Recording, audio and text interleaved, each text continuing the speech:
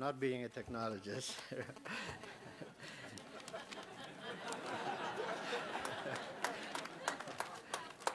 And since I was told that I have to make a speech,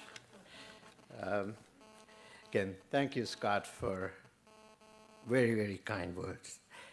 Again, I'd like to thank all my friends who made that wonderful video. Again, what a privilege to be introduced by Scott Anderson, to be inducted into Hall of Fame with somebody like Jim Kajir, and to have Steve Ballmer as the keynote speaker. Kalpana and I would like to thank Utah Technology Council for this very prestigious honor.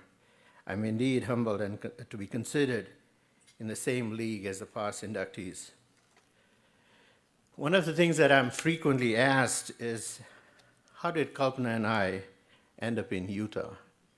The first question they ask is, did you graduate from University of Utah? No. Are you a Mormon? No. Then why?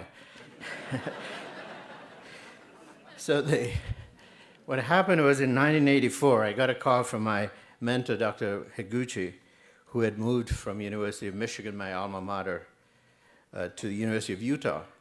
And he wanted me to consider a job at Genentech, one of the leading biotech firms at that time. And I told him that I'm not going to work for anybody anymore, and I had decided to start my company. And the business plan that I had at that time would not even go beyond any of the VC's secretaries, forget the associates. But I was determined to start a company of my own.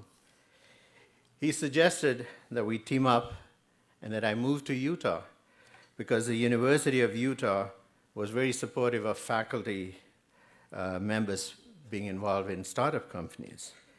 Now, Kalpana and I had never visited Utah.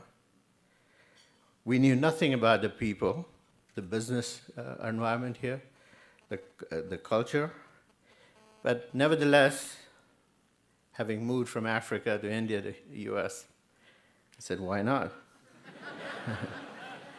When I talked to one of my colleagues in Texas about our decision,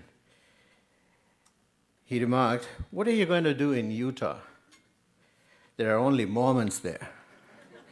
Well, not knowing anything about Utah, I didn't know anything about the Mormons either. So I told him, the last time that I checked, no matter where we moved in the US, we were going to be a minority.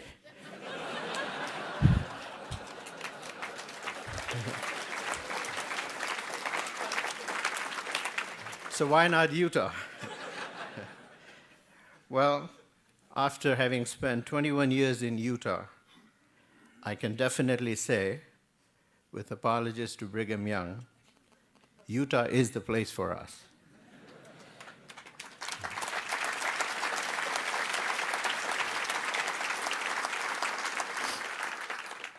I am an African by birth, an Indian by origin, an American by citizenship, and a proud Utahn by choice. Utah has always been a very innovative place. However, in the past, very few businesses that were started in Utah grew to become large corporations. Most of the innovative companies followed the capital and talent and ended up in California.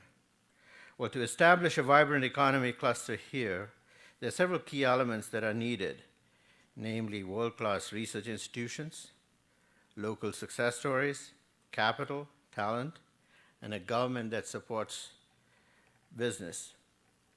In the 20 years that I've been here, there has been a dramatic transformation of the business climate. In 1985, the amount of grants and contracts received by research universities was around 70 million. Now in 2005, that amount has grown by more than 7 times to nearly 500 million. The research institutions no longer have technology transfer offices. I thought at one time they were technology prevention offices, but they are now more appropriately called technology commercialization offices. The Utah legislature recently approved the U-Star initiative, a $400 million innovative and far-reaching program in an effort to bolster Utah's economy with high-paying jobs. In 1985, we had several hundred high-tech and life science companies. Today, there are nearly 4,000 companies. The growth of Utah Technology Council and the presence here tonight in record numbers of technologists speaks to that phenomenal growth. Speaking about my industry now, venture capital, in 1985, Utah had 4 venture deals valued at $9 million. And Utah ranked 34th amongst the 50 states in the amount of VC money invested. In 2005, there were 30 deals in Utah valued around $250 million, and Utah was ranked 14th. Today, the economic growth in our state is robust, and survey after survey ranks Utah amongst the most innovative states and one of the best places to start new business.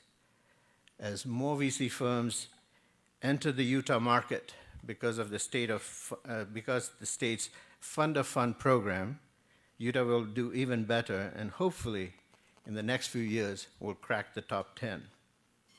We have a very dynamic governor who has made economy and education his top priorities. With all that is happening in Utah, the question today, and for Steve, why are you not in Utah?